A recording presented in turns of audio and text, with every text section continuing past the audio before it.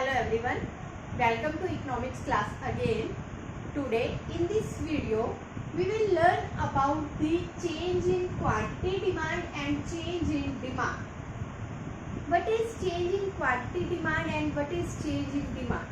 Firstly, we are going to introduce with the change in quantity demand. What is change in quantity demand?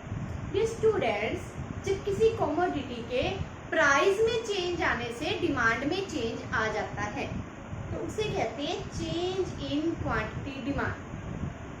Like as ये सभी जो components हैं ये सभी डिटर्मिनेशंस हैं डिमांड के, जिनके बारे में हम प्रीवियस वीडियो में अंडरस्टूड कर चुके हैं। तो जब किसी कमोडिटी के सिर्फ प्राइस के चेंज आने से डिमांड में चेंज आ जाता है, जबकि अदर कंपोनेंट्स अदर डिटर्मिनेशंस क्या रहते हैं, कांस्टेंट रहते हैं, तो उसे कहते हैं चेंज इन क्वांटिटी डिमांड। अगर इस मार्कर का प्राइस इंक्रीज हो जाता है, ये 20 रुपये की बजाय 40 रुपये का हो जाता है, तो मैं इसे कम खरीदना शुरू कर देती हूँ, ठीक है। और अगर इसका प्राइस डिक्रीज हो जाता है, ये 20 रुपये की बजाय 10 रुपये का हो जाता है, तो मैं इसे ज़्यादा खरीदना शुरू कर देती हूँ। तो इसे कहते हैं चेंज इन क्वांटिटी डिमांड, क्योंकि यहाँ डिमांड में जो चेंज आया वो किसकी वजह से आया, प्राइस की वजह से, ठीक है। तो ये जब क्वांटिटी में चेंज आता है तो एक कंज्यूमर जो है वो एक ही डिमांड करके एक पॉइंट से दूसरे पॉइंट की तरफ मूव हो जाता है, इसलिए इसे बोला जाता है movement along the demand curve. और स्टूडेंट्स, डिमांड कर्व में ये जो मूवमेंट होती है ये दो तरह की हो सकती है, या तो एक्सटेंशन ऑफ डिमांड कर्व या फिर contraction of demand. Extension of demand and contraction of demand. What is extension of demand? Extension of demand वो सिचुएशन होती है जब किसी चीज का प्राइस कम होने से उस चीज की डिमांड इंक्रीज हो जाती है। इसका प्राइस 20 से कम होकर अगर 5 रुपये हो जाए तो मैं इसकी डिमांड ज्यादा कर दूंगी, इसे कहते हैं एक्सटेंशन ऑफ डिमांड। हम इसे एक टेबल और डायग्राम से अंडरस्टैंड करेंगे। मान लीजिए इस मार्कर का प्राइस जो है वो पहले 5 रुपये था, तो मैं कितने मार्कर लेती थी, 10। अब इस मार्कर का प्राइस 1 रुपये हो गया, प्राइस कम हो गया और प्राइस कितना हो गया, 1 रुपये। तो मैंने इस मार्कर के 10 की बजाय कितनी क्वांटिटी परचेज करनी शुरू कर दी, 50। तो डिमांड इंक्रीज होगी ना, तो इसे कहेंगे एक्सटेंशन इन डिमांड। हम इसे एक डायग्राम से अंडरस्टूड करेंगे।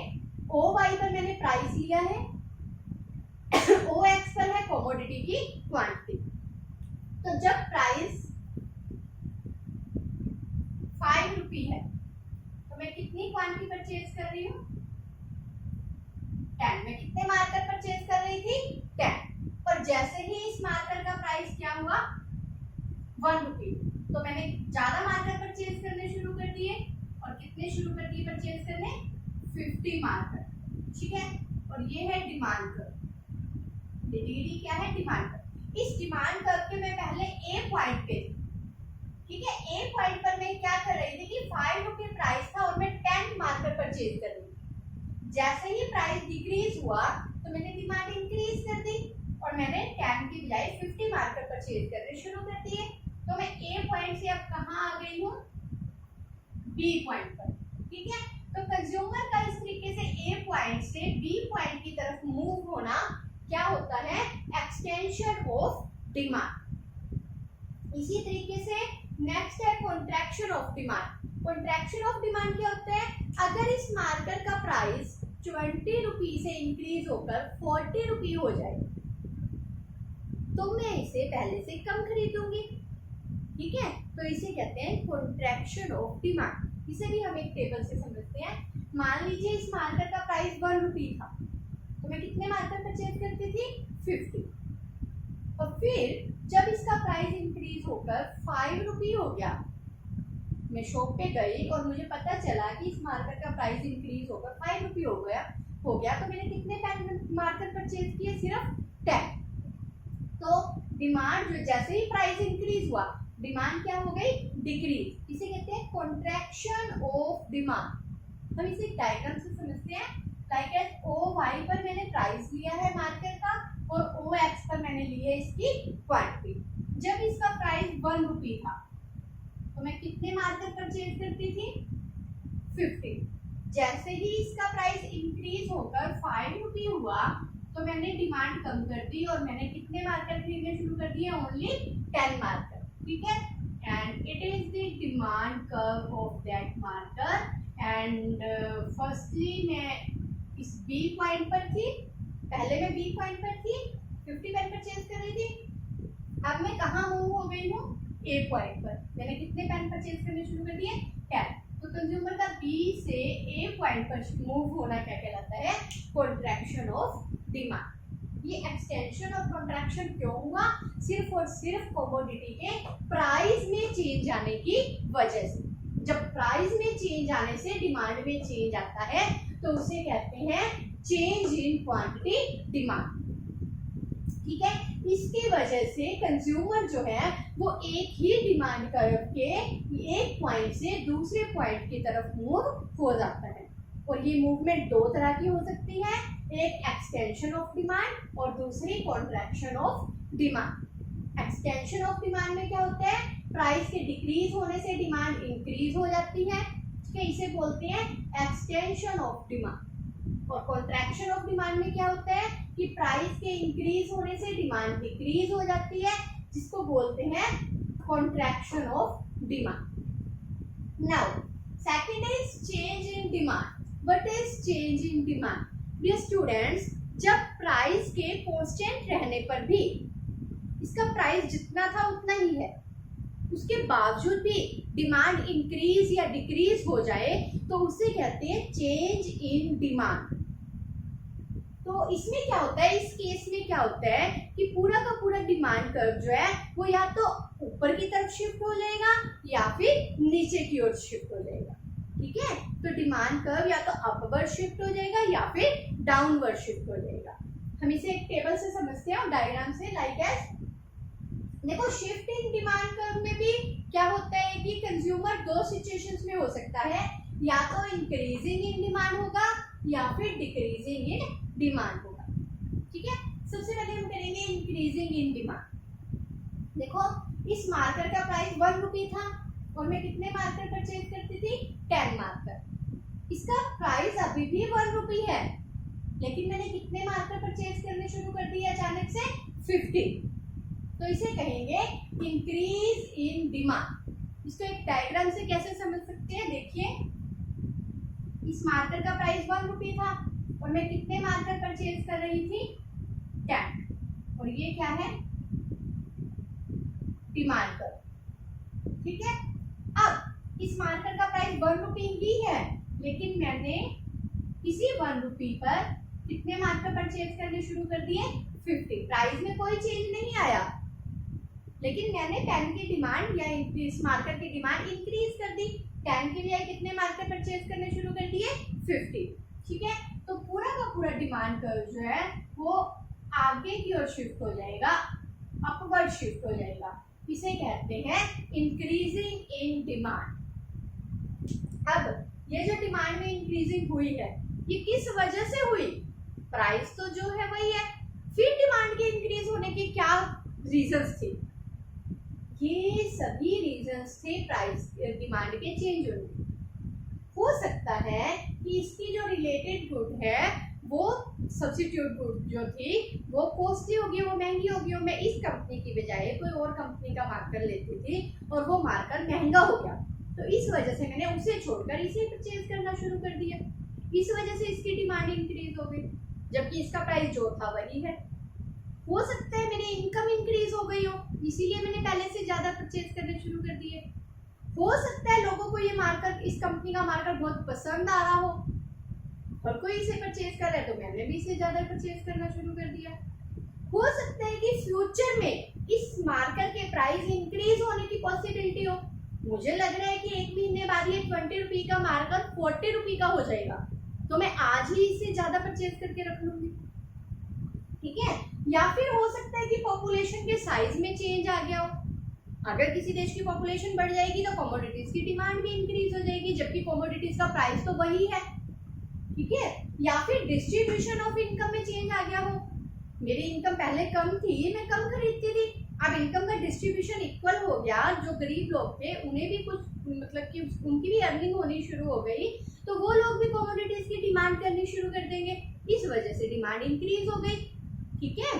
तो ये जो इंक्रीजिंग इन डिमांड है ये किस वजह से हुआ, इन सब फैक्टर्स में चेंज आने की वजह से, जबकि इस सिचुएशन में प्राइस क्या रहता है, कांस्टेंट रहता है, प्राइस में कोई चेंज नहीं आता।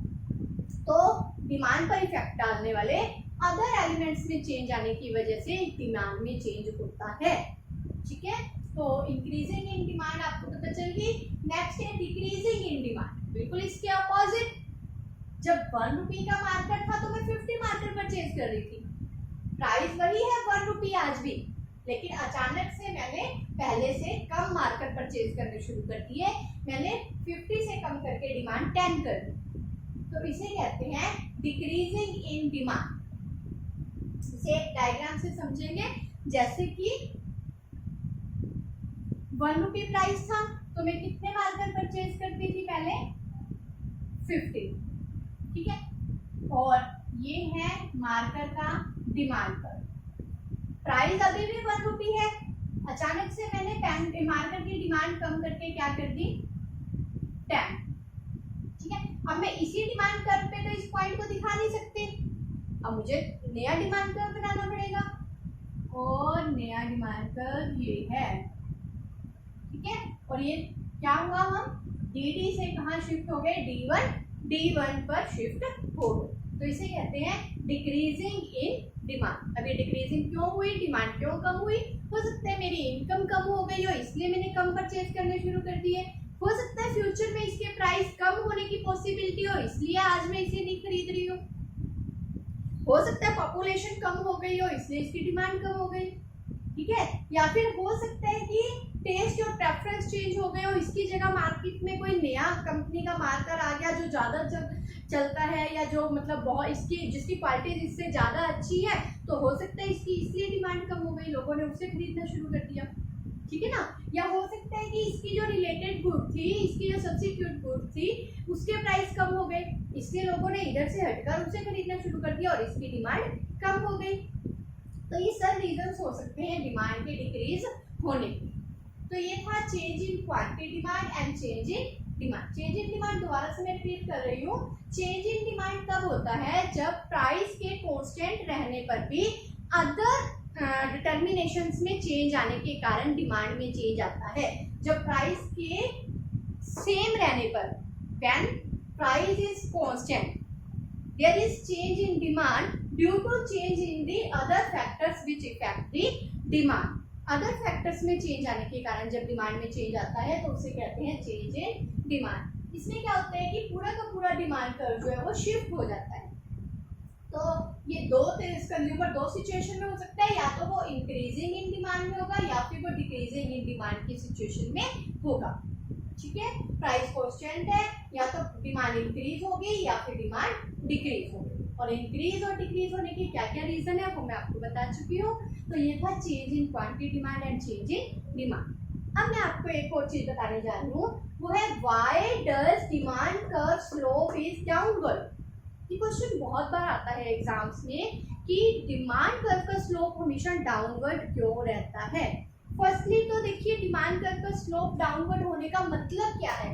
डिमांड कर्व के स्लोप के डाउनवर्ड होने का मतलब है कि हमेशा प्राइस ज्यादा होने पर कम कमोडिटी परचेज की जाती है और प्राइस कम होने पर ज्यादा कमोडिटी परचेज की जाती है।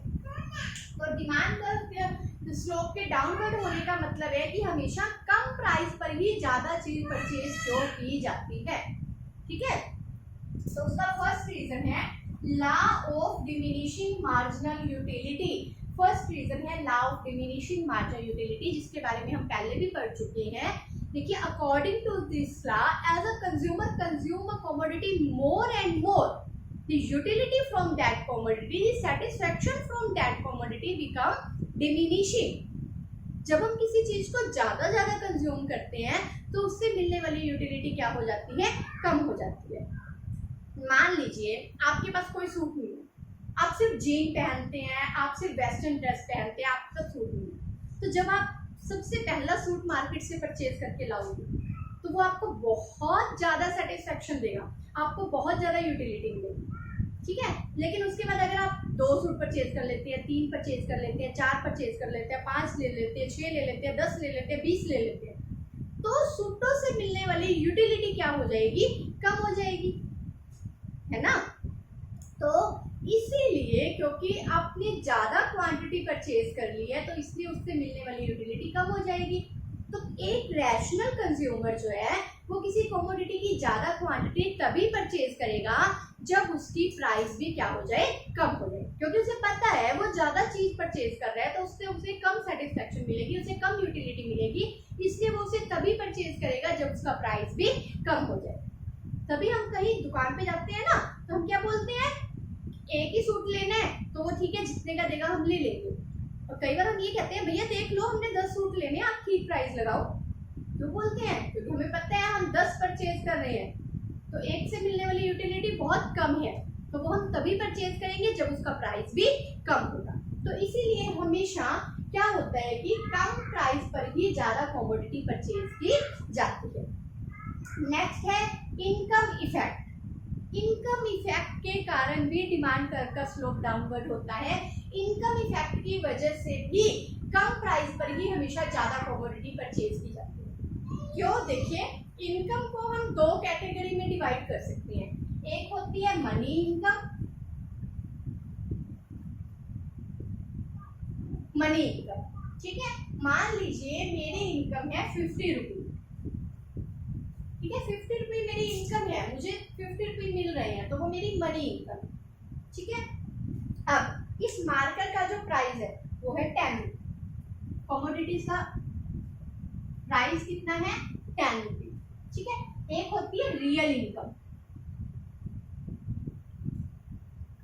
रियल इनकम, ठीक है। तो मेरी मनी इनकम 50 रुपये है, इस मार्कर का प्राइस है 10 रुपये, तो मैं इस 50 रुपये से कितने मार्कर परचेज कर सकती हूँ, 5 मार्कर, है ना। तो ये 5 मार्कर मेरी क्या होगी, रियल इनकम, ठीक है। रियल इनकम होती है एक तरह से हम इसे अपनी मनी इनकम की परचेजिंग पावर भी बोल सकते हैं। मेरे 50 रुपये में कितनी पावर है कि ये 5 मार्कर परचेज कर सकते हैं, ठीक है। तो ये 5 मार्कर जो है वो क्या है, रियल इनकम। रियल इनकम वो इनकम होती है जिसे कमोडिटीज की फॉर्म में मेजर किया जाता है। आप 50,000 कमा रहे हैं वो आपकी मनी इनकम है, आप उस 50,000 से जितनी कमोडिटीज परचेज कर सकते हैं वो आपकी क्या होगी, रियल इनकम, ठीक है।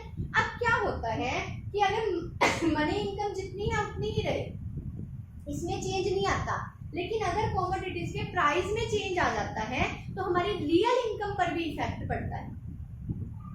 ऑब्वियसली अगर प्राइस कम हो जाता है, अगर इस मार्कर का प्राइस 10 रुपये से कम होकर 5 रुपये हो जाता है, इस मार्कर का प्राइस जो है 10 रुपये से कम होकर 5 रुपये हो जाता है, तो मेरी मनी इनकम उतनी है, लेकिन अब मैं पहले से ज़्यादा पेन परचेज कर पाऊंगी। अब मैं कितने मार्कर परचेज कर सकती हूँ, 10 मार्कर, मैं 10 मार्कर्स परचेज कर सकती हूँ, जिसके कारण क्या हुआ, मेरी रियल इनकम इंक्रीज हो गई और जिसके कारण मेरी डिमांड भी इंक्रीज हो जाएगी। जब किसी चीज के प्राइस, कहने का मतलब ये है कि जब किसी चीज के प्राइस कम हो जाते हैं तो कंज्यूमर उस चीज को ज्यादा परचेज कर सकता है उसी इनकम से, जितनी इनकम उसकी पहले थी उतनी ही इनकम से वो पहले से ज्यादा कमोडिटी परचेज कर सकता है, जिससे रियल इनकम बढ़ी तो उसकी कमोडिटी के लिए डिमांड भी इंक्रीज हो गई, उसने ज्यादा परचेज कर ली। इसीलिए हमेशा कम प्राइस पर ज्यादा कमोडिटी परचेज की जाती है।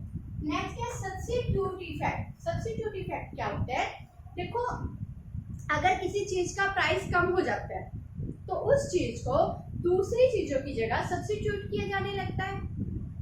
मान लीजिए मैं हमेशा चाय पीती हूँ, ठीक है, अचानक से क्या हुआ, कॉफी के प्राइस बहुत कम हो गए, तो मैं क्या करूँगी, कॉफी को चाय की जगह सब्स्टिट्यूट करना शुरू कर दूंगी, चाय की बजाय कॉफी पीनी शुरू कर दूंगी, ठीक है। इसे बोलते हैं सब्स्टिट्यूट इफेक्ट। सब्स्टिट्यूट इफेक्ट होता है जब जिस चीज के प्राइस डिक्रीज हुए हैं उस चीज को उस चीज से सब्स्टिट्यूट करना जिसके प्राइस में डिक्रीजिंग नहीं हुई, ठीक है। तो जब किसी चीज के प्राइस डिक्रीज होते हैं तो उसे दूसरी चीजों के साथ सब्स्टिट्यूट किया जाने लग जाता है, दूसरी चीजों की जगह उसे यूज किया जाने लग जाता है, जिसे बोलते हैं सब्स्टिट्यूट इफेक्ट, जिसके कारण प्राइस कम होने से उस चीज की डिमांड भी इंक्रीज हो जाती है। नेक्स्ट है साइज ऑफ कंज्यूमर ग्रो। देखिए कुछ लोग ऐसे थे जो ना चाय पीते थे ना कॉफी पीते थे, लेकिन जैसे ही कॉफी के प्राइस कम हुए, पहले वो सोचते थे अरे कौन फालतू के खर्चे करें, जैसे ही कॉफी के प्राइस कम हुए तो उन्होंने सोचा चलो कॉफी पी के देखते हैं, हो सकता है थकावट दूर हो, लोग कहते हैं थकावट दूर होती है, हम भी ले लेते हैं, तो वो लेते हैं पीते हैं, ठीक है। और इस तरीके से एक नहीं कई लोग ऐसा सोचते हैं, जब किसी चीज के प्राइस कम हो जाते हैं तो वो लोग जो उस चीज को नहीं परचेज कर रहे थे या उसकी सब्स्टिट्यूट गुड को भी नहीं परचेज कर रहे थे, वो लोग भी उसे परचेज करना शुरू कर देते हैं, जिसके कारण क्या होता है कि कम प्राइस होने पर कमोडिटी की डिमांड इंक्रीज हो जाती है। नेक्स्ट है डिफरेंट यूजेस। देखिए जब एक कमोडिटी के डिफरेंट यूजेस होते हैं तो प्राइस कम होने पर उस चीज को अलग अलग जगह यूज किया जाना शुरू कर देते हैं लोग, जिसके कारण उसकी डिमांड इंक्रीज हो जाती है। फॉर एग्जाम्पल इलेक्ट्रिसिटी है, ठीक है, इलेक्ट्रिसिटी को हम फैन चलाने में यूज कर सकते हैं, ठीक है, लाइट जलाने में यूज कर सकते हैं। अगर इलेक्ट्रिसिटी की पर यूनिट कॉस्ट ज़्यादा है, पर यूनिट प्राइस ज़्यादा है, तो हम क्या करते हैं उसको सिर्फ और सिर्फ फैन ऑन करने में या लाइट ऑन करने में उसको यूज करेंगे। अगर यही इलेक्ट्रिसिटी सस्ती हो जाती है तो हम क्या करेंगे, वॉशिंग मशीन में कपड़े धोएंगे। पहले क्या करते थे, बाहर से धुलवा लेते थे, प्रेस भी बाहर से करवा लेते थे, ठीक है, एसी भी कम चलाते थे। लेकिन जैसे ही इलेक्ट्रिसिटी सस्ती हुई, गवर्नमेंट ने कहा कि इस पे सब्सिडी दे दी है या इसके प्राइस कम कर दिए हैं, तो क्या हुआ, लोगों ने घर में ही कपड़े वॉश करने शुरू कर दिए वॉशिंग मशीन में, एसी चलाना भी शुरू कर दिया, कूलर चलाना भी शुरू कर दिया, टीवी फ्रिज सब कुछ चल रहा है, जिसके कारण क्या होगा कि इलेक्ट्रिसिटी की डिमांड इंक्रीज हो जाएगी, ठीक है। अगर एक ही यूज होता फिर तो हम यूजेस को बढ़ा ही नहीं सकते थे, लेकिन यहाँ बहुत सारे यूजेस हैं इलेक्ट्रिसिटी के, तो जैसे ही मतलब प्राइस कम हुआ इलेक्ट्रिसिटी का तो हमने उसे अलग अलग जगह पर यूज करना शुरू कर दिया, जिसके कारण प्राइस कम होने पर डिमांड इंक्रीज होगी। तो यही रीजन थे डिमांड कर्व स्लोप के, डिमांड कर्व के डाउनवर्ड होने के। तो स्टूडेंट होप सो आप इसे अच्छे से समझ गए होंगे, लेकिन फिर भी अगर कोई डाउट हो तो आप मैसेज करके मुझसे उसके बारे में क्वेरी कर सकते हैं। Goodbye students.